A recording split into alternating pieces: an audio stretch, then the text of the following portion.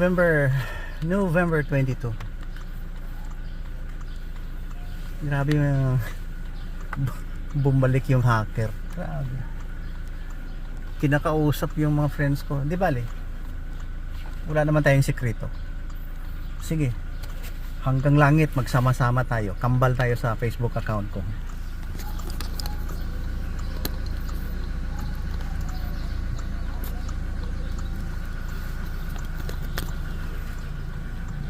Ang maganda niyan, baka magkita tayo sa impyerno o sa langit. Grabe naman. Wala kayong hanap buhay na iba? Illegal?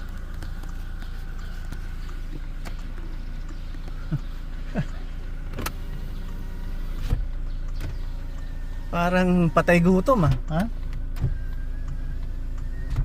Ano kayang disiplina mayroon kayo? Anong tinuro ng mga kamag-anak niyo? Magulang. I'm not sure, no? Pero karamihan ng mga ganyang tao hindi lumaki sa simbahan yan. Gusto lang magkapera, magkayaman, magka-power. Para kayong politician. Ay hindi. O sige, apostolic job. Hatid tayo ng Apo. Yeah, Friday. Ito ng trabaho ni Papa Bot. Si Papa Bot. Oh, marami tayong pag-usapan nito ha. Marami na rin akong videos na ginawa mula pang 2010. Paano gawin yung mga dapat gawin para maging ano tayo ng citizen, good citizen of heaven and earth. Ako personally, iba-iba ang ano eh. Isa-isahin natin mamaya, dugtong natin to. Ito hacker. Grabe no? I cannot imagine sino nagturo sa inyo ng ganyan. Parang sama ng ugali nyo. Hindi kayo, wala ka bang hiya? Talaga. May araw din mahuhuli din kita. Ilonggo pa, English ka pa, pati yung inaanak ko na anak ng pastor. Sino? Kina? Sige. Bugati ni bag niya dok ba kay may libro. Yes. Isa uli ng libro. You ready to school? Ready to school? Okay. Ready to school. Okay. Amo ni orasan mo gahawa perme? Pero di Is quarter to 8 kasi daddy niya Okay. kaya magsabay gud mi mag-dito sa jote. Okay. Sige. Dagang mangungutang dagang mangungutang ni. Ang ilang negosyo. 1-2. Kung di 1-2 2-3. Klase na talaga dok. Kung di 2-3 3-4. Klase na ilang dira atong suporta. 5-6. 5-6. Kung di 3-4, 5-6. Grabe mga motor naman tayo dalan rin ako dito mang di sila mahay.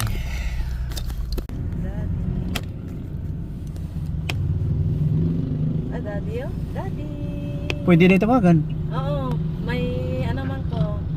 Ay, dito. Daddy, si Daddy Daddy. Mata. Tana kami sa school guys Look, Daddy Hi, Daddy. Hi, Daddy.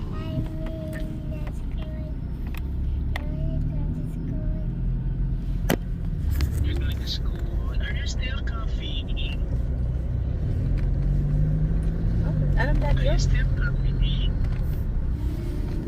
Are you okay? You're okay. Very good ka. Yeah. Perfect na. Yes. Pwede na mo na ako kaya hawa na ang mga kuwan. Una.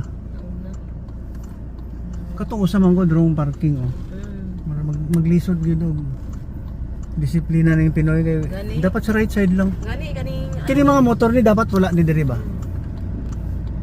Wala gyud may magparking diha ba? Oh sige na siguro panawag na mo. Pwede na. Yeah, pwede na.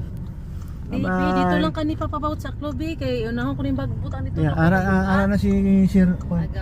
Sir Guard. Tingnan. Yeah, ihatag dito. Ablihi. Yeah. Ako ate Sir Ben. Oh. Relax ako. Okay. Regards to your Dok, teacher. kani Okay, okay. nagulat ka, Dok. Magbalik lang ka, Dok. Pwede man ko, mabalik lang ko. Sige, Dok. Si Babay papabot. Bye-bye. Babay Bye-bye. papabot. Bye-bye. Thank you, Dok. Okay, okay.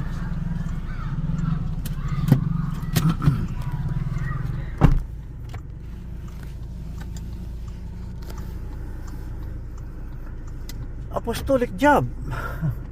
Yan ang pinaka sa mga uy nga nung salot mga ganito buang nintuhan.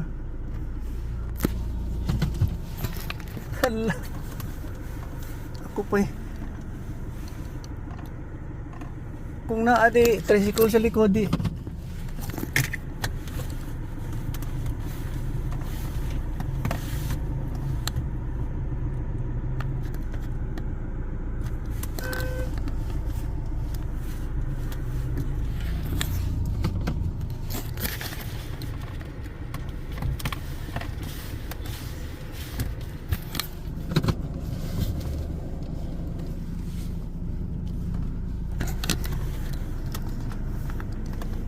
Kuya, walang disiplina eh.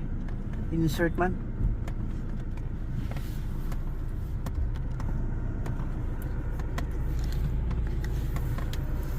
Yan. Sabayan nyo lang ako. Grabe. Para marami tayong matutunan sa Pilipinas. Talaga itong lugar natin parang boss lahat. Ha? Ayaw pa awat. Ayaw pa awat. Yeah.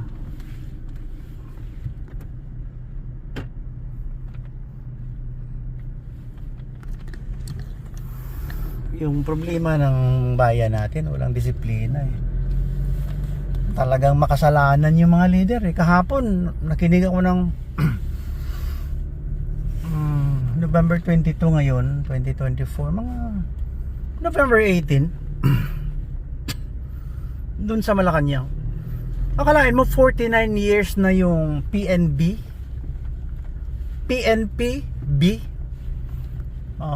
Hindi Philippine National Police, Philippine National Prayer Breakfast. Binigyan ng Bible si Marcos. Kung ganun, sa panahon pa ni Marcos yung ganyang programa at hindi man umaangat ang Pilipinas, umangat ba? Yeah, umangat ang tricycle. Kasi 3 yung gulong, naging 4. Gaya aking mga motorcycle, 4 ang gulong. Ayun. 4 ang gulong para hindi ako matumba. Kalain mo pag natumba ka, pag sumimplang ka, pag napilay ka, mahal yung magpagamot, hindi biro. Talaga. Ay. Hindi umaangat ang Pilipinas.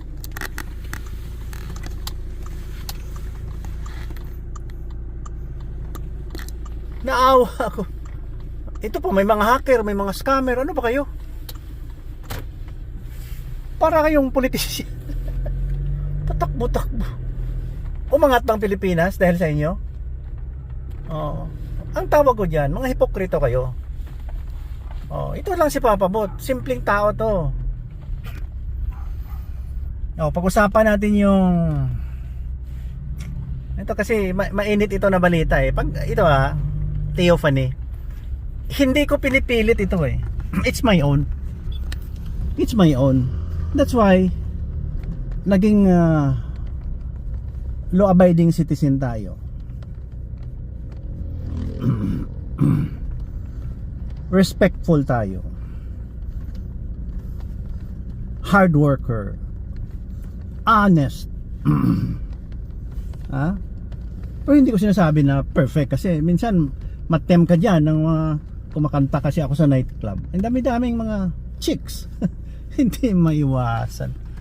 Mundo lang to, chong. Ha? Kayo nga kumakain ng ice cream eh. Gusto nyo rin ang masarap. Hindi ko sinasabing perfect tayo. Ba't si Papa Bot nandito lang bilang advisor? Kung pwede, pinaka highest moral standard yung ituturo ni Papa Bot. Walang kwentang tao.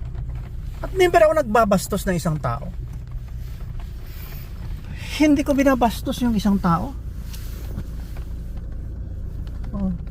May ito prangka to, chong. Buhay pa ako eh. I am a living testament na sinungaling yung religion nyo. Lalong lalo na may inclination ka na maging radical Islam. Dahil pinapairal mo ang yabang mo sa propeta mong piki. Totoo. Parang walang love. Yabangan lang. Hindi niyo kasi alam ang history. Ito, pag nakatanggap ka ng theophany, parang message from the angel. Akala mo pinili ka na ng Panginoon? Hindi. Dapat i-discern mo muna. You broadcast holy, holy. My God, my God. Pero demonyo pala yun, evil, dahil nakikita mo yung prophet ng Saudi Arabia. Ang dami-daming nakasulat sa Holy Scripture na hindi maganda eh. Nakakasagwa. Number 1, sinabi niyo pa, pura pang Holy Bible. Dahil ayaw nyo kasing sabihin na makasalanan kayo. Ang Holy Bible nagsasabi yan. Lahat ay nagkakasala. Ay kayo naman eh. Pag naniwala kayo sa propeta nyo, wala na kayong kasalanan. Basta dyan paligsahan sa langit. Langit na, sure ball, langit. Wala, hindi ako maniwala. Kahit na walang Diyos, huwag ka lang pumatay ng tao. At magsigaw na thank you God, thank you, thank you. Sa lasinggirong alak. Diba, ang bar inumin yan eh. Alak daw, alak ko, bar. Alak ko, bar. Ang isigaw nyo, lasinggiro yun. Hindi, ganito lang ako magsalita dahil iba-iba tayong iba-iba tayong experience. Lumaki ako respectful. Hindi ako nang babastos. Ngayon itong atat na tao, employed yan dati sa Marvel. Balik Islam. Si J.S. Juliet Shira. Akalain mo, ako walang problema dahil politician ako eh. Nasa limelight ako. Kono. Limelight. Kono. Kasi sikat. Ligaw-ligaw siya, punta sa bahay. One time sumama siya na nagiinuman kami doon at kumanta pa ako sa bar. Kaibigan, 3 kami noon one time eh. Si Ray, kasama namin sa trabaho kasi may programa ako sa radio eh. Angkor itong Jonel na to eh. Angkor. Wala man problema, hindi man ako bastos. Pinagbigyan ko. Maya-maya, wala daw siyang issue. Alam ko ano siya, Islam eh. Pero parang radikal. Kaya ayaw ko. Simulat sa pool, ayaw ko kasing gira na hindi yan tinuturo sa Holy Bible eh. Na karahasan ang ituturo sa mga tao. 'Di ba? Peaceful kami eh. Ha? Submissive lang kami. Prayer lang. Happy na kami. Honest work lang. Wala kaming struggle. We are very tolerant. Yan. Parang wala kaming sinasabing tao. Humble lang kung pwede. Humble lang. Here comes. Atat na atat siya. Kasi isip ko naman, 1960, 1970, 1980, 1990.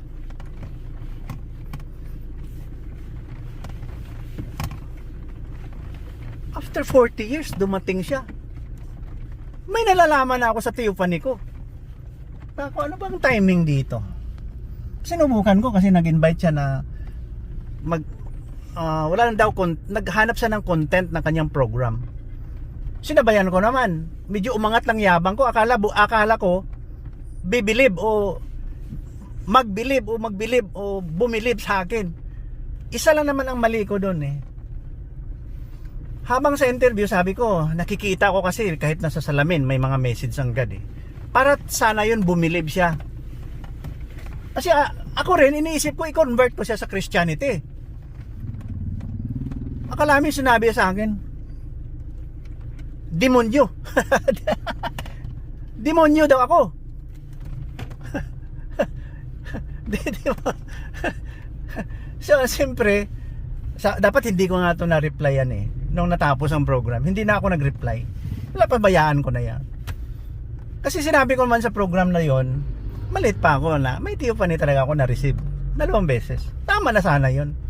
Wala na. Pinatulan ko siya. Naku. Nagyabang siya. Kinalaban niya na ako. Ha? May programa siya sa Cotabato City. Wala daw siyang pakialam sa kanyang walang reason daw ang pagkatao niya. Basta grabe ang yabang. Hindi ako nang babastos. Ngayon ang ginawa niya para sumama ako, mapasama ako, nagbili siya siguro ng SIM card.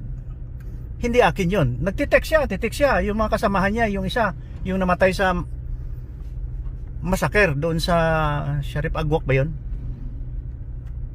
Masaker doon sa Ampatuan. Oo. Namatay na yun, doon namatay. Kaya pala itong anchor person na ito, na balik Islam, parang may alam siya sa mangyayari, hindi siya nagsabi. Hindi niya alarm ang radio station about that. Pati police. Ganun lang ha, nang haka-haka lang yun. Dumating yung panahon, during sa conversation, siyempre nagtatrabaho ako, busy ako eh. Active sa trabaho. Kahit natutulog ako dahil kung araw natutulog ako, kung araw nagpapahinga, kung gabi nandyan siya. Yung mga trabaho na yan, marami. Kaya pala kung araw, tinitext niya habang tulog ako yung mga kasamahan niya sa radio. Pangit ka, pandak ka, unano, dwarf. Ang dami ng butas-butas ang mukha mo, pangit ka. Tapos nagpapanggap siya na ako yun. So ngayon, ang mga kasamahan niya sa radio, nagagalit.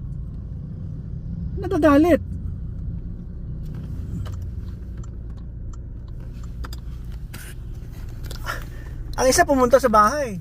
Nagtaka ako, bagong gising ako. Ano yan yung mga kuya, hindi ako takot mamatay. Bakit ako hinahamon nito? Kaya pala, tinitext siya.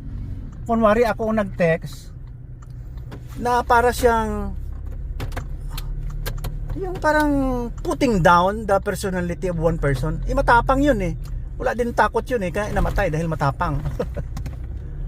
Yung isa naman, pumunta din sa bahay, wala ako. Nagsumbong sa misis. Sabi niya, grabe naman yan si doktor. Sinabihan niya ako, unano. Grabe to. Yan, false witnessing. See? Hindi ko ginawa yan sa buong buhay ko. Until now, hindi ko ginagawa yan. O, itaga mo sa bato. I cannot swear. Hindi ko ginagawa yan. Imposible yan.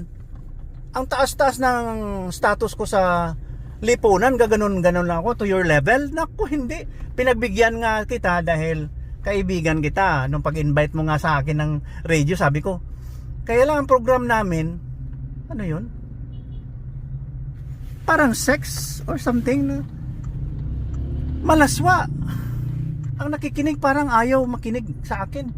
Na doon kasi parang ano pa ako, umiinom pa yata noon eh. O after 2 years niyan, huminto na ako ng inom. Kasi pangit eh, yung nasa simbahan ka.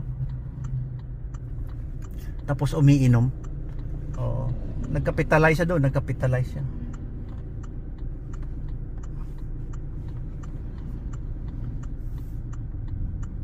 Pangit yung ginawa niya, false witnessing. Nanyan sa Ten Commandments yan. I never break any law. Kahit nasa Ten Commandments, wala kahit isa, dagdagan mo pa. Oh, honesty, respect, wala sa Ten Commandments yan. O, tas worthy pa lang honest, no? Respect, wala sa Ten Commandments. Dagdagan natin ang Ten Commandments, 11, 12. Ginawa ko yan lahat. 13, 14 na commandments. Ginagawa ko yan, hindi ako bastos. Oh. Magagalit yung tao talaga pag may false witnessing eh. Oh. You break the law. Ipagmamalaki mo pa na langit ka dahil masave ka ng religion mo na pinagmamalaki mo. Hindi. Kahit na anong religion dyan, hindi makasave. Hindi makasave ng kaluluwa kung may langit. Don't tell me. Hindi biro-biro tong usapang langit at impyerno. Oo. Paulit-ulit ko nga dito sa vlog ko eh. Kahit na walang langit, walang impyerno, huwag kang pumatay. Kaya ang dami nyo mga kalukuhan eh sa mga religion nyo eh. Mga founders, hindi lang naman yun isang tinutukoy ko. Lahat na kunwari naging propeta, messenger. Ako wala akong sinabi na ganyan, wala akong sinabi. May theophany ako. Oh, pag kayo na magsagot na parang sarcastic, sir, hindi ko man sukat akalain yung ganunin niya ang pagkaintindi. Sabi ko basta may ganun lang ako. I'm for peace. I'm for the unity of Iba naman ang pagkatao ko eh. If I was elected, hayaan mo na ako. Hindi naman ako nanggugulo eh. Di ba? Hindi ako nanggugulo. I don't wage war. I don't do that. Di ba? Oh, papabot. Hari ng hugot. Ganoon talaga yan. Iba-iba tayo. Iba-iba tayo. Maliit pa ako. Mayroon ako eh. Kaya sabi ko, nagpe-prepare lang ko hanggang ngayon. Ito na mukha ko. Pabalik na ito ng langit. Wala na. Ang yabang-yabang. Di ba? O ngayon, magsabi ka na, ano yun? Wala mo akong sinabing propeta. I never say that. I-review mo yung tape. Hindi ako nagsabi. Kayo. O kaya kasi sarcastic ang pagkaintindi mo. Ayaw mong tumaas ang aking status sa iyo, maybe. Hindi ko alam kung inggit. Hindi ko rin, I do not intend to destroy your religion, your prophet. In fact, respeto ko yan kasi ang dami-dami kong kumpare, kakilala na Muslim. Oh. Na Iglesia ni Cristo, Sabadista. Oh. I-unite lang natin kahit walang langit, impyerno, huwag kayong pumatay kasi ang pinakamayabang diyan pag nag-radical ka. Oh. Papadala pa siya ng picture sa akin. Aywan ko kung may Facebook na noon. Parang mayroon na, may natanggap pa ako eh. Pinuputulan ng ulo, mga video, ganyan. Sino tinatakot mo, sir? Wala naman yan sa usapan natin. Magkaibigan tayo tapos ginanon mo ako. Bastos naman yan, sir. O, di ba? Naisulat ko yan sa ano eh. Sa vlog ko dati. naisulat ko yan. Tapos may nakabasa doon sa Iloilo yata. Sabi niya, sir, nabasa ko yung vlog mo, sir ba? Grabe yung magalit mo. Tao lang naman tayo. Kaya nga, do not provoke. Ako, did I provoke you, people? No? Pinagkalat mo pa na nasisiraan tayo ng bait. Hoy! Anong sira ng bait? Paano? Ano ba yun? 2008 or 2009? Dalawang medical student ng pinapaaral ko, dalawang nursing, 4 na anak sa college. Paano nasira ang bait yung isang matino na tao na may-ari ng ano ba yun? Siguro sa Lourdes. May Sucomedics na kami noon eh, kasi 2006 yata. Lourdes Hospital pa. Ang Sucomedics ano na yan, 2012 yata eh. 2014 ang operational. Founder ng hospital. Paano nasiraan ng bait? Kayo kasi iba-iba yung pagkaisip nyo kaagad. Hindi naman ako nagyayabang. Anong bang pinagyayabang ko? Na kumakayod ako araw-araw. Halos hindi nga ako matulog. Naghahanap ng pera. Matino. Ngayon lang ako nakapag-express. Dahil nakita ko si Ray kahapon eh. Parang ganun siya. Ano ka? Naalala ko pala. Na-text siya ng malicious texting. Nadala siya. Galit sa akin. Walang problema. Wag lang tayo magsakitan. Feeling is mutual. Pag masama ang feeling mo, masama din ang feeling ko. Feeling is wala na tayo maghamunan. Kung may radio station ka, may YouTube ako eh. Kaya salamat nga sa YouTube. Panoorin mo lahat ng video ko, puro godly religion. Godly, honest. Wala akong ibang pinagyayabang. Di ba? Doon na lang tayo sa labas. Papasok tayo eh. Sa aking palasyo. God bless you ha. Ibang klase yung nangyari eh. Well, sige. Dali lang. Sounds muna kayo. Ayan. Dali, at least nakapag-express tayo ng ating saloobin. Papabot lang to. Walang kwentang tao. Walang kwentang tao. Kayo siguro may kwenta kayo. Kaya okay. Angat kayo.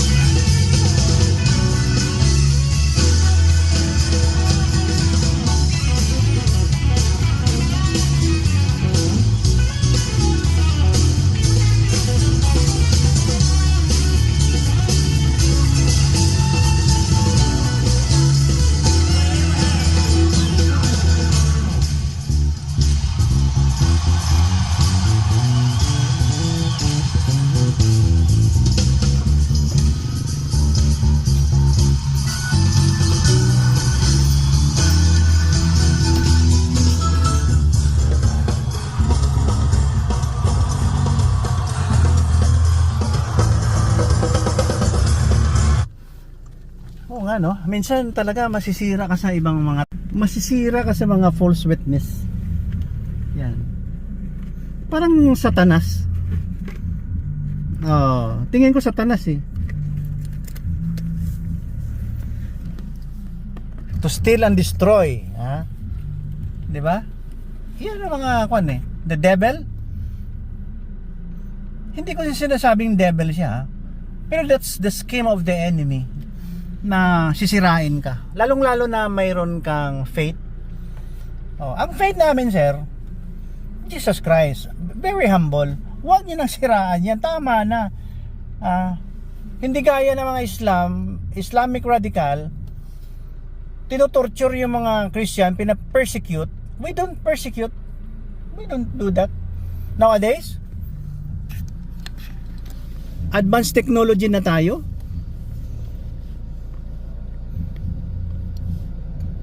Ngayon, high-end high-end ang paggawa ng kasalanan. Very technical. Yun.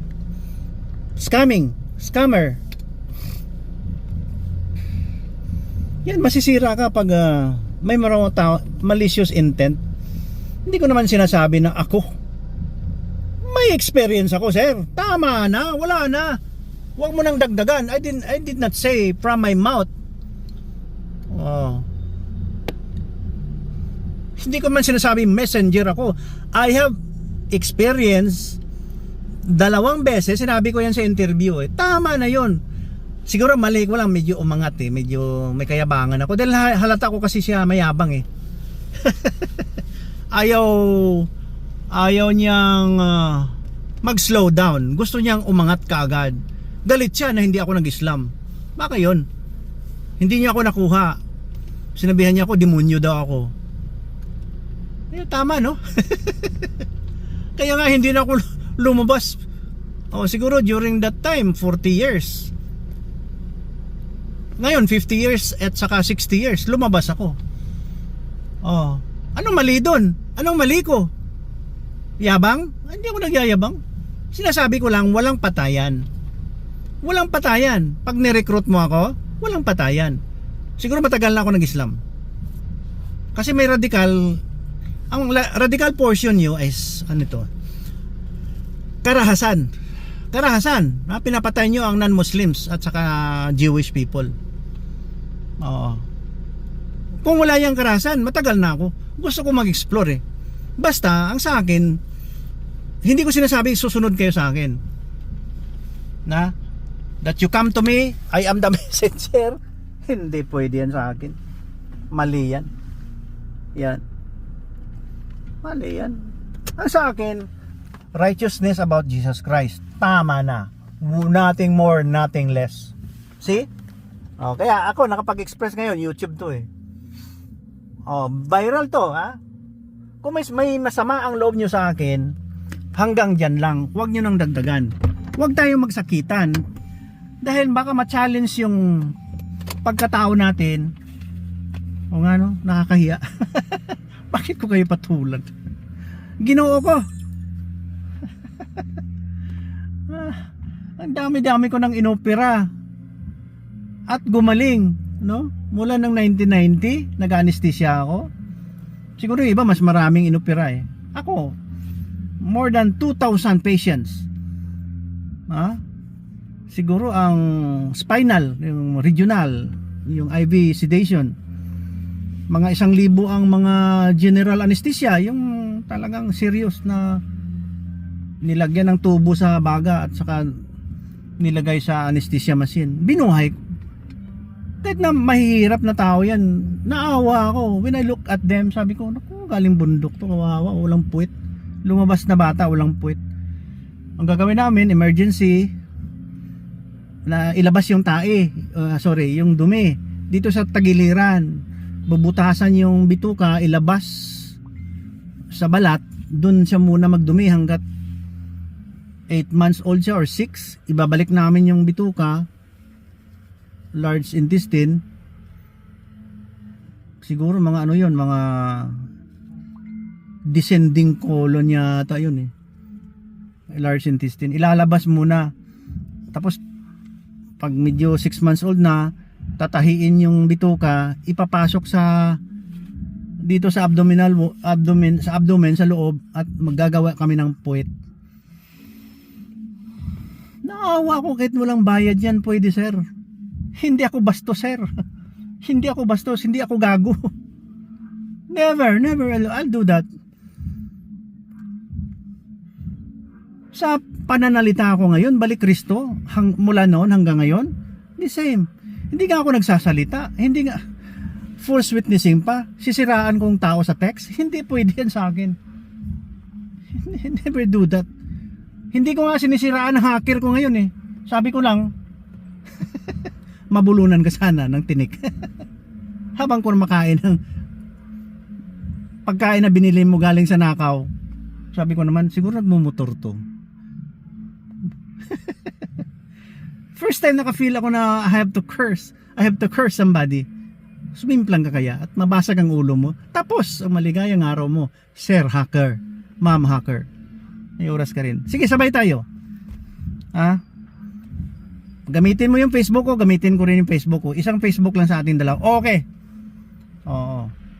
Lulunurin kita. Yeah. I will drown you with the Holy Spirit at righteousness. Bahala ka na kung ayaw mong tumino. Hindi ka naman siguro animal, tao ka. You're not the beast, hindi ka hayop. Tao ka, makaintindi ka rin, sir. Ma'am. O, di ba? O, yun lang. Babay na, God bless you and keep you. God shines His face on you and be gracious unto you. In Jesus' name, Amen. November 22, 2024. Mamaya magsundo na naman tayo ng apo, yung inihatid natin mamaya. Oh, basta paalala ko lang ha. Postscript. P period S period. Kung sa Bisaya pa, kung naisulat, pag makita nimong PS, ang bot pasabot na pakapin sa sulat. Sir, PS. Postscript. Hindi po ako bastos. I never demean a person in my life. Never. Never. Pero ang Satanas na angkormanyo ang gumawa ng lahat para magkagulo tayo. First time ko ito na ilabas for more than 15 years. 1-5. Dapat naman siguro maghugot tayo dahil mayroon tayong platform to explain our side. Hindi tayo nasisiraan ng bait, sir. Ano bang pinagsasabi ko dito? Hindi naman akong gayamang. This is for everybody. This is for humanity. Anong contribution nyo sa humanity? Muhammad, Islam, go for it. Ang contribution ko sa humanity, peace. Jesus Christ, that's all. If there's no Christ, no peace. Pag walang Kristo, magulo. Ayan, sige. Bye-bye, maglalaba pa ako. I'm going to wash my clothes. Ito na, naka-ready na.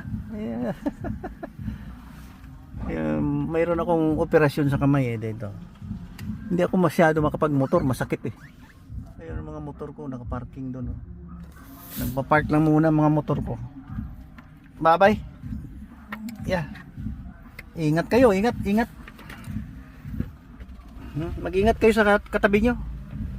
Baka false witness din, ha? Sorry sa nasagasaan, ha? Sorry, I love you, ha? Hindi ako masamang tao. I am your friend, I am your good entertainer. I'm not your enemy. Bye-bye.